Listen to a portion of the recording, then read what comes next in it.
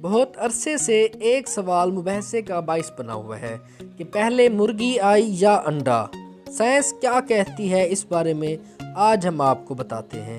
اب تک کا حتمی اور ٹھوس جواب تو نہیں سامنے آیا، مگر سائنس اس بارے میں کیا رائے دیتی ہے یہ بتانے سے پہلے اگر آپ ہمارے یوٹیوب چینل کے اوپر نئے آئے ہیں تو چینل کو ایک بار ضرور سبسکرائب کر لیں، ویڈیو کو ایک لائک بھی کر دیں۔ اس ویڈیو کو لائک کرنے کا ٹارگٹ ہے 100 لائک۔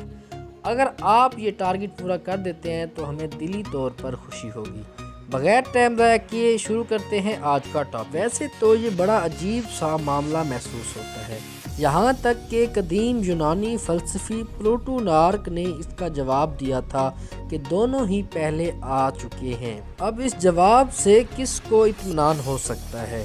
اگر آپ کو بھی یہ سوال پریشان کرتا ہے تو اس کا جواب ایک دلچسپ ویڈیو میں کچھ عرصہ قبل دیا گیا تھا۔ اس ویڈیو کے مطابق بہت پرانے زمانے میں مرغی کا نام پرندہ تو موجود نہیں تھا، مگر اس سے ملتا جلتا ایک پرندہ ضرور تھا جو جینیاتی طور پر مرغی کے قریب تھا مگر مکمل طور پر مرغی نہیں تھا۔ اس پرندے کو پروٹو چکن کا نام دیا گیا تھا۔ تو پروٹو چکن نے ایک بار ایک ایسا انڈا دیا جس میں ایک ایسی جینیاتی تبدیلی ہوئی تھی جس سے پیدا ہونے والا چوزہ اپنے والدین سے مختلف ہو گیا، یعنی وہ انڈا اتنا مختلف تھا کہ اس سے ایک نئی نسل یعنی مرغیوں کا آغاز ہوا۔ تو پھر پہلے انڈا آیا یا مرغی؟ اس کا جواب یہ ہے کہ پہلے انڈا آیا اور پھر مرغی۔ ویسے اس سے یہ سوال بھی پیدا ہوتا ہے کہ پروٹو چکن پہلے آیا یا پروٹو چکن کا انڈا؟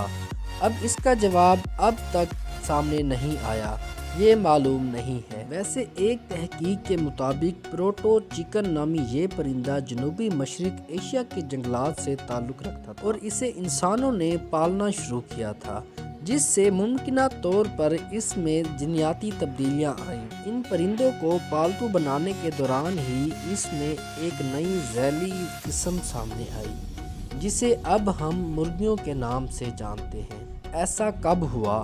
اس کا جواب دینا تو ناممکن ہے، مگر ایک خیال کے مطابق ایک وقت ایسا آیا جب پروٹو چکن کی دو مختلف اقسام پیدا ہونے والے چوزے اپنے والدین سے مختلف تھے اور موجودہ دور کی مرغیوں کی شکل اختیار کر گئے۔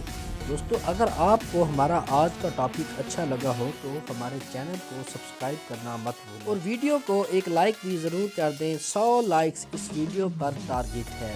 مزید اگر آپ نے یہ ویڈیوز ہماری فیس بک یا انسٹاگرام پر دیکھ رہے ہیں تو ہمارے فیس بک انسٹاگرام کے پیجز کو بھی فالو کرنا مت بھولیں تاکہ آپ کو اس طرح کی معلوماتی ویڈیوز ملتی رہیں۔